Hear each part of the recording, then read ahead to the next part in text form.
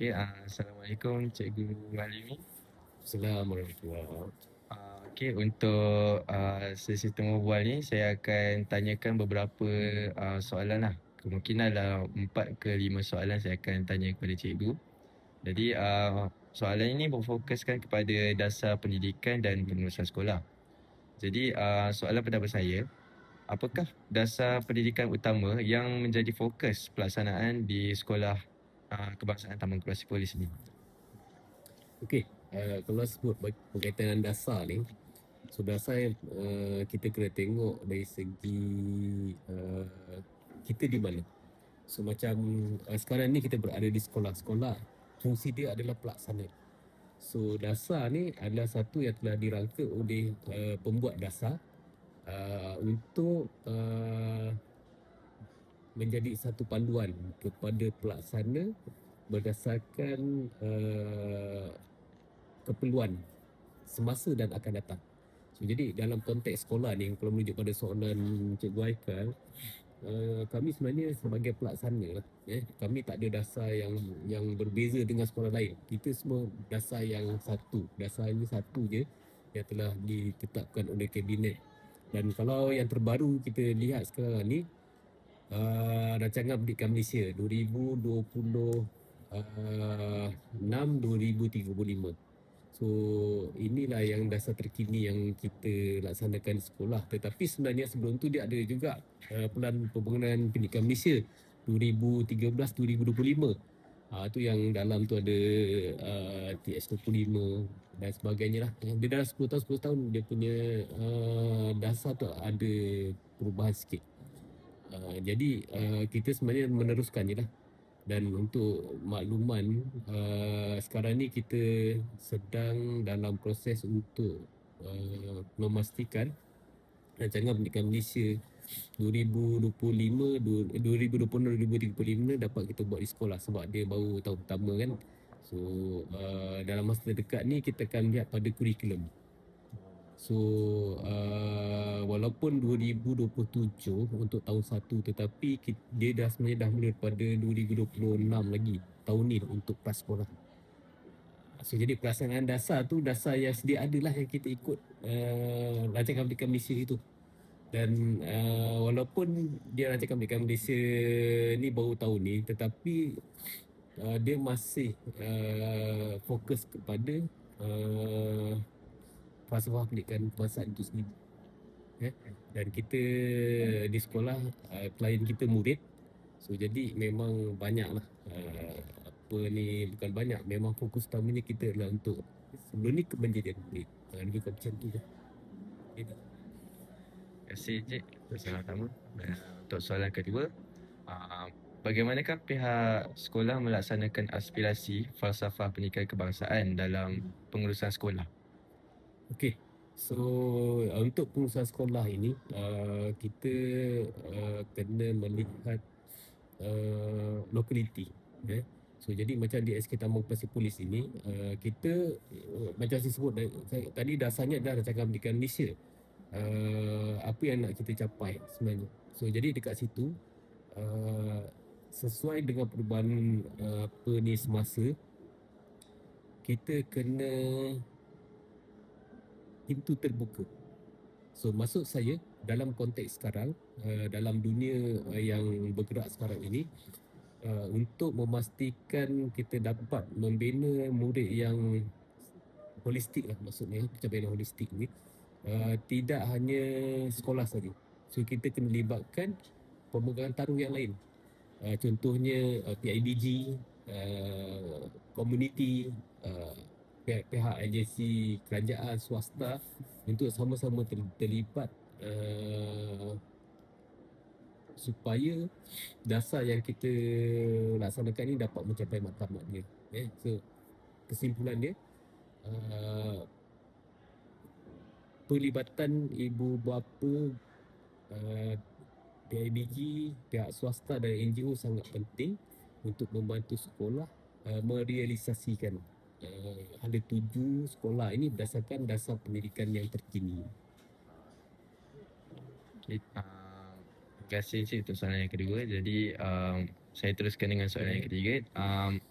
Terus soalan yang ketiga, apakah program yang dirancang oleh pihak sekolah bagi menyokong pembinaan sasiah dan perpaduan murid? Okey, maksudnya fokus pada pembinaan sasiah dan juga perpaduan murid.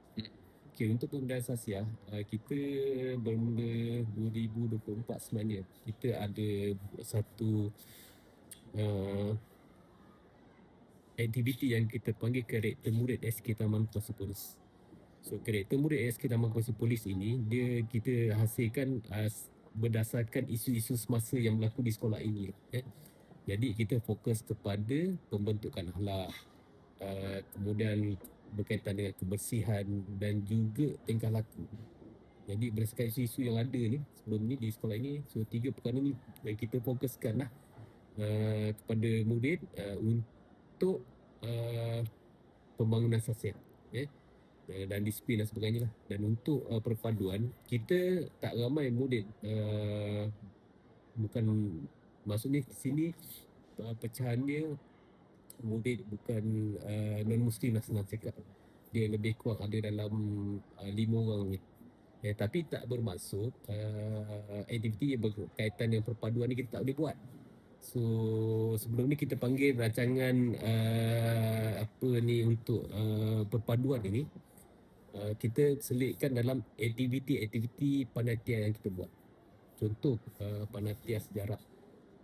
Kalau kita buat minggu panitian sejarah ini, kita akan kaitkan dengan contoh Hari Kemerdekaan. So bagaimana Hari Kemerdekaan itu perlu dan boleh membina perpaduan dalam kalangan murid ni. So berdasarkan aktiviti minggu penantian itu sendiri, contoh dia kita buat poster ataupun buat aktiviti yang boleh mengeratkan perpaduan. Selain itu, untuk KOKO, kita juga buat aktiviti yang menggalakkan murid untuk memahami perbezaan kaum. Contoh kita buat gotong royong membersihkan kawasan.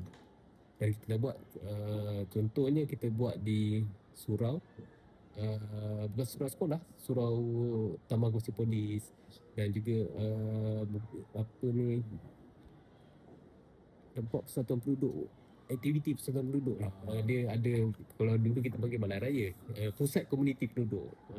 So dekat situ murid bersama guru-guru, tak kira apa ni, kita buat gotong royong. So dekat situ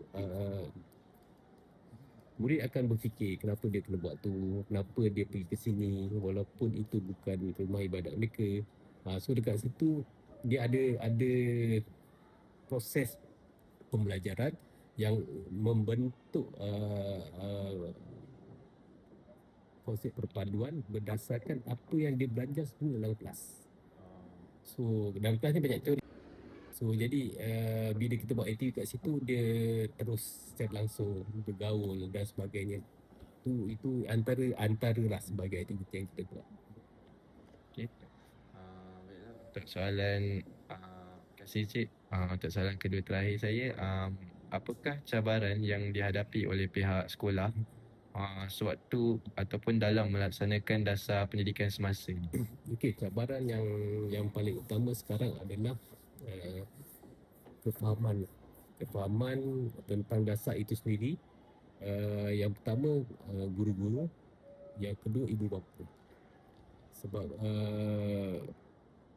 saya nak sendiri ibu bapa lah. Sekarang ni pengaruh media sosial sangat memberi kesan kepada cara bagaimana ibu bapa berfikir. So jadi dekat situ, kalau kecenderungan ibu bapa ini menerima info-info yang berbentuk negatif tentang sesuatu dasar yang cuba dilaksanakan, so penilaian mereka kepada dasar tersebut akan menimbulkan masalah. So cikgu pun sama juga. Sebab itu cabaran yang paling utama adalah berkaitan dengan persepsi yang terbina, persepsi yang negatif yang terbina dalam dunia media sosial. So sebab Macam kita di peringkat sekolah, kita antara yang kita buat, kita panggil ibu bapa datang sekolah dan kita bagi taklimat ataupun kita bagi penerangan tentang dasar-dasar yang kita laksanakan. Contohnya kita buat town hall. Dan cuma cabaran kat sini, kehadiran ibu bapa tu sedikit lah. Dan kita cuba bertukar daripada bersemuka kepada dalam talian.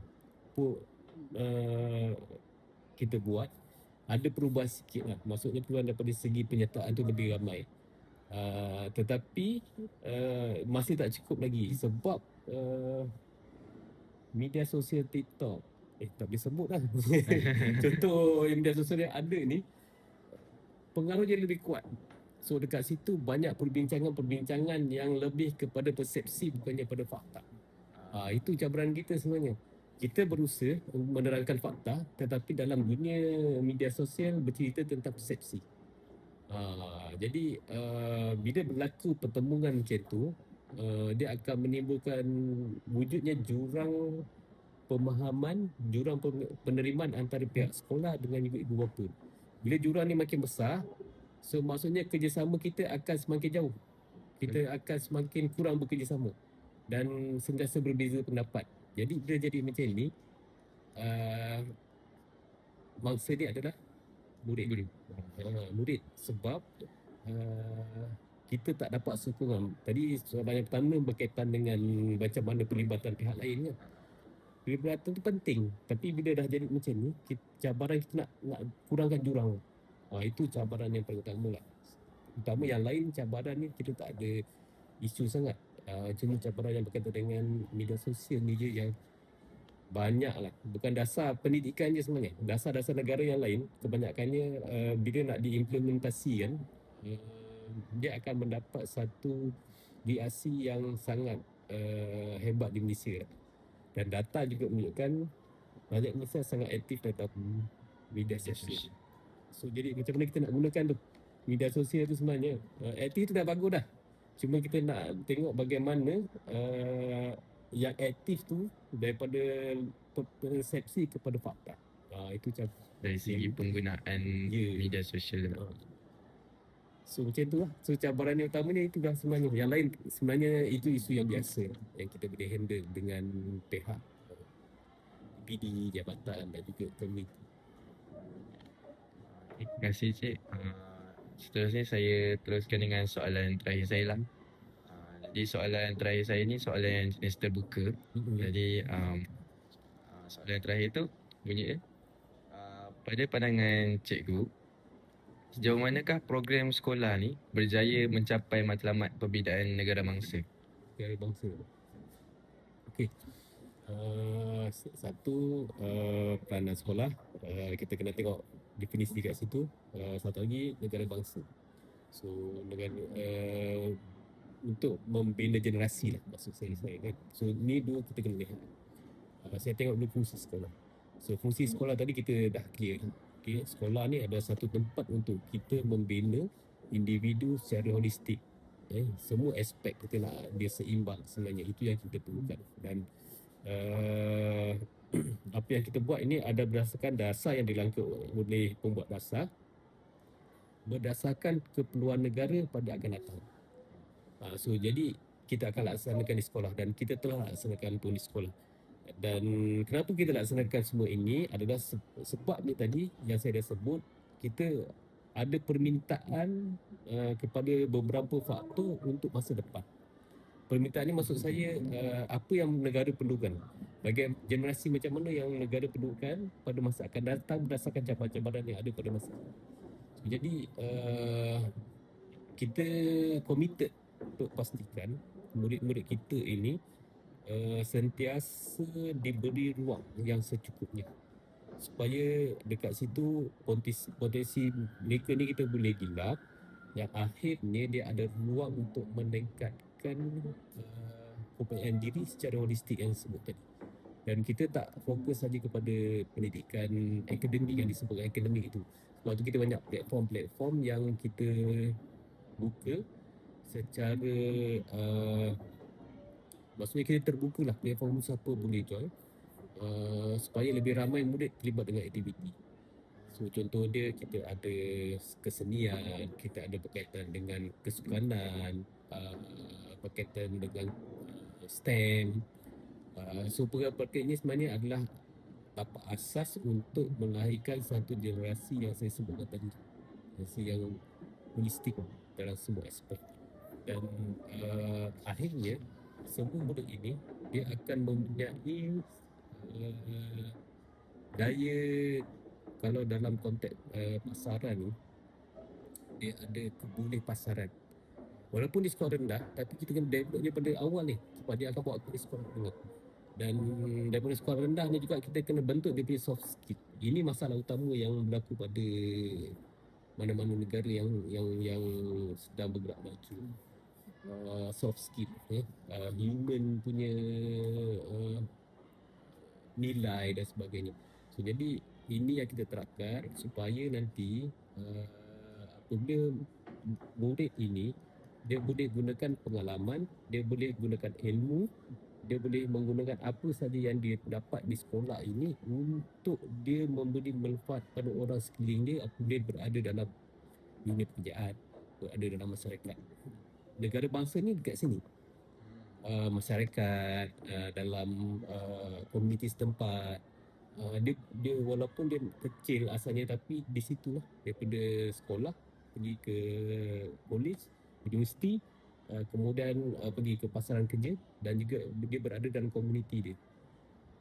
Kita nak pastikan ini, walaupun tempohnya daripada sekarang ni dia umur 6 kepada 12 tahun, kemudian nak sampai dekat sini umur dia mungkin 25 tahun. So ambil masa dalam 15 tahun ke 20 tahun kan.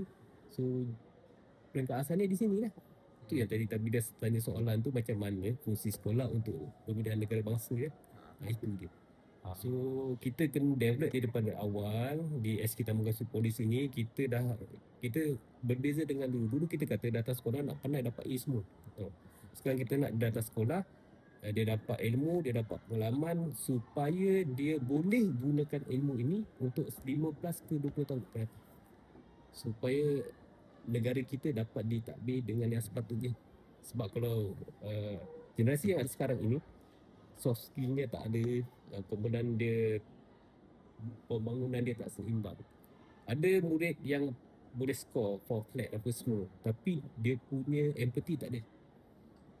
Ada yang dia tak score pun 4 flat ke apa semua, dia kadang-kadang sampai tak ni dia, tapi dia ada kemahiran yang lain yang boleh langsung. Itu yang kita nak uruskan. So, jadinya kesimpulan dia, kita akan gunakan apa saja ruang yang ada ini berdasarkan dasar-dasar pendidikan yang ada untuk membina insan yang seimbang berdasarkan falsafah pendidikan kebangsaan itu, supaya negara kita nanti akan diuruskan oleh individu yang sepatutnya berkuasa. Macam tu. Pandai-pandai lah nanti dah. Kiranya dia pandai, dia bukan sekadar pandai dalam akademik je lah. Kira dia terbuka juga. Dia kena ada nilai, ada daya saing yang kuat. Sebab dalam situasi sekarang kita banyak lihat bagaimana ni sama ada nak ni pun tak dia. Ada yang saya sebut tadi, ada murid yang student terbaik dan sebagainya, dapat anugerah dekan dan sebagainya setiap sem. Tapi bila masuk pasaran kerja dia tak boleh. Maksudnya dia tak boleh nak berhadapan dengan situasi, dan paling kritikal dia tak boleh nak menyelesaikan masalah. Itu yang penting tu. Problem solving punya skill tu dia tak ada. Sedangkan tu pasaran kerja sangat penting. Ataupun dia berada dalam mana-mana organisasi kan, itu sangat penting. So sebab tu bila cross check banyak data, dilihat bagaimana tenaga muda ini dia cepat give up, cepat kerja sebulan dulu keluar, kerja 9-2. Dia tak boleh nak istiqomah lah dalam sesuatu tempat tu kan. So dia ada cabaran sikit, dia mengelak cabaran. Itu yang dia tak nak menghadapi cabaran, dia mengelak cabaran. Ini yang kita nak elak sebenarnya. Dalam dunia pendidikan pun sama, dalam cikgu kan. So cikgu nanti akan datang, dia akan berubah. So dulu kita zaman saya lah kan, dulu kalau tengok orang buat conference ni kan, video conference lah, dulu panggil video conference, satu yang sangat hebat. Sebab semua orang tak tahu waktu tu macam mana nak buat. Tapi bila COVID, itu perkara biasa. Google Meet biasa. So sekarang boleh jadi biasa. So sekarang ni sekolah fizikal. So tak mustahil nanti akan datang semua sekolah dah, cikgu dah tak ada ni dah, duduk dalam kelas tak, mungkin tak. Dan sekarang sedang keadaan itu. Universiti sendiri pun, IPG sendiri pun, dia dah ada berapa peratus bersemuka, berapa peratus atas talian. So perkara ini sedang berlaku. So ready ke tak ready kita, benda tu dia berjalan. So itu yang saya sebut tadi. Ikut mana pun kita kena bagi generasi kita bersedia dalam semua aspek STEM apa dan sebagainya supaya dia boleh dapat dengan situasi. Percaya tak?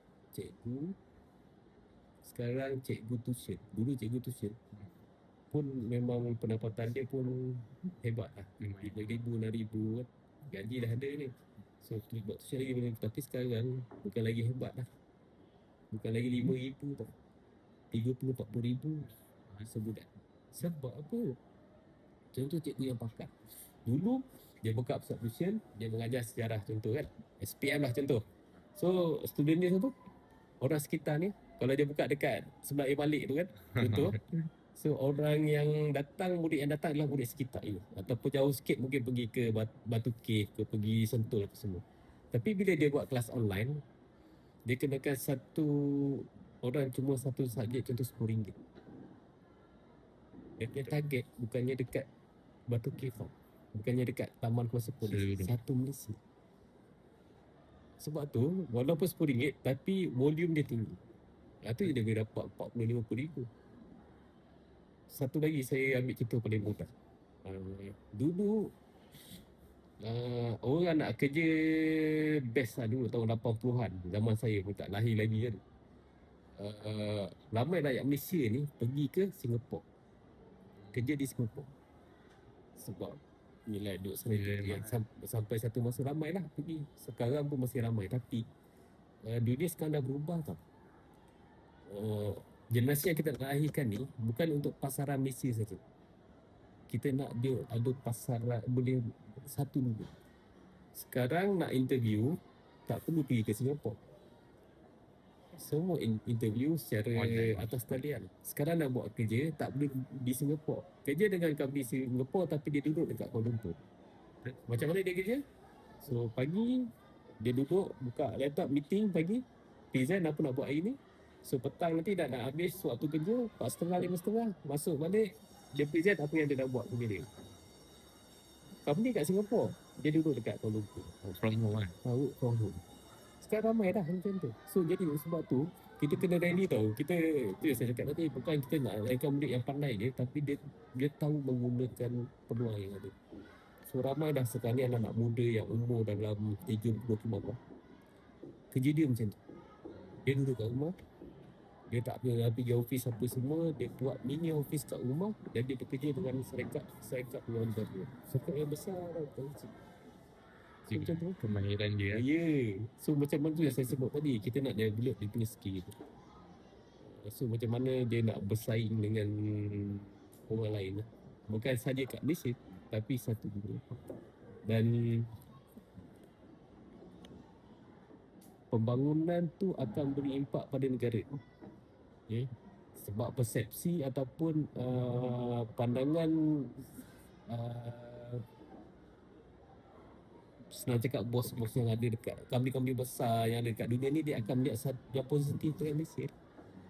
Attitude kerja dia macam mana, dia boleh kerja tanpa pengawasan. Ini penting. Cikgu pun sama. Kerja perlu pengawasan sentiasa ataupun tak perlu pengawasan sentiasa. Kalau saya jadi majikan, contoh saja kerja, saya akan cari kerja yang tanpa perlu pengawasan, tapi kerja settle. Sebab kalau saya perlukan pengawasan, dia akan buang masa saya. Sepatutnya saya boleh fokus benda-benda yang lain. So, jadi macam tu lah. So soalan tu tadi memang bertepatan lah dengan situasi semasa sebenarnya. So saya sangat suka berbincang dengan pakar ahli macam ni sebenarnya, sebab saya sendiri tak expect yang anak Malaysia sekarang ni ramai bekerja dengan negara luar walaupun dia tak Malaysia lagi. Sebab dua orang Malaysia berlumba-lumba tau nak pergi ke luar negara. Ramai sebenarnya yang pergi ke luar negara tu semua. So, sekarang benda tu dah, dulu kita kata teknologi tanpa sepadan kan dulu kan, memanglah macam tu. Okay, so itu dah sedikit berkaitan dengan soalan. Jadi terima kasih cikgu. Jadi itu saja soalan daripada saya. Terima kasih atas kerjasama cikgu juga sebab nak bersama dengan saya lah dalam menyelesaikan tugas sesi temu bual ni. Jadi itu saja dari saya. Terima kasih cikgu. Terima kasih, insyaAllah benda tu boleh bagi sedikit pengalaman. InsyaAllah. Terima kasih cikgu.